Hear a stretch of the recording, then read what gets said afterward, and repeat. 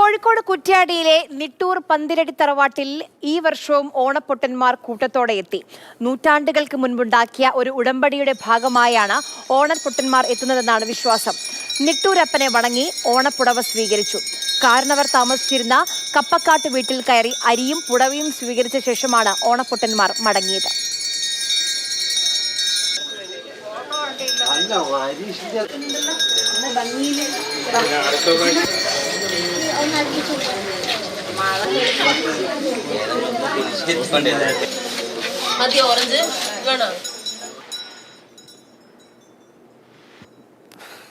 മുൻകാലഘട്ടങ്ങളിൽ ഓണപ്പട്ടം തിരുവോണ ദിവസമായിരുന്നു ഇവിടെ എത്തുക. അത് എല്ലായിടത്തും കഴിഞ്ഞ് ഇവിടെ എത്തുമ്പോഴേക്ക് വൈകിട്ടാവും.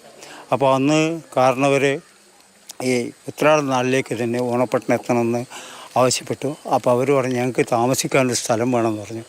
അങ്ങനെ അവർക്ക് ഈ തറവാട്ടിൻ്റെ അധീനതയുള്ള വെള്ളോലിപ്പിൽ എന്ന് പറയുന്ന ആ കുന്ന് ഫ്രീ ആയിട്ട് വിട്ടുകൊടുക്കുകയാണ്. അന്ന് ഉണ്ടാക്കിയിരിക്കുന്ന വ്യവസ്ഥ പ്രകാരം കാലൻ, വേട്, ശീവോതി, ഓണപ്പട്ട എന്നിവ ഈ പുറപ്പെട്ട് കഴിഞ്ഞാൽ ഇവിടെ വന്നതിന് ശേഷം മാത്രമേ മറ്റെവിടെയും പോകാറുള്ളൂ. അത് ഇന്നും അനുസരിച്ച് പോവുകയാണ്.